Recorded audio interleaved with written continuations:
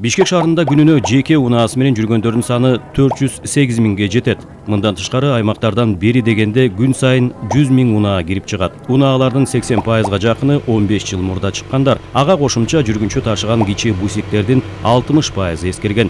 Алардан чыккан уулуу түтүн калктын саламаттыгын талкалоодо. Эл аралык уюмдардын иликтөөсүндө дүйнөдө абанын булганышы жумасына 90 наристенин өмүрүн алып жатканы айтылат.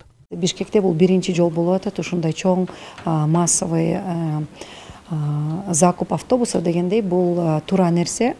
Мен ойлойм, бул биздин экологияга сөзсүз жардам берет. Мисалы, Ташкент жана башка шаарларда көптөн бери эле ушул газ менен иштеген транспорттор жүрөт. Ушул биздин коомдо, жалпы эле биздин ушу өлкөдө, шаардагы, аймактардагы бир жаңы нерсени жасоо, жаңы реформа жасоо абдан мындай кыйынга тургандай туюлат да. Кыйын, чындыгында кыйын. Ушул реформалардын ишке ашып кетишине сиздин ишеничиңиз барбы? Бир киши сурады да, ушуну эмне үчүн мурдакы мэрлер кылган эмес, эмне үчүн сиз ошону жасап атасыз деп атат да.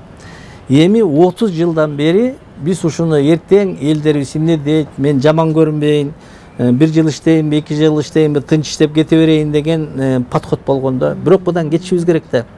Качандыр бир убакта бирөө ушуга жоопкерчиликти алып, ошого реформаны жасаш керек да. Эгер биз канчалык реформаны бат жасап, себеби ушундай нерсени ордуна келтирбесек, жылдан жылга бул кыйындай берет. Азыр эгер ушул транспорт маселеси болобу, башка маселе болобу, биз муну жарым жылга жылдырып турайын, анан 1 жылга жылдырып турайын деп биз 30 жылга жылдырбадыкпы?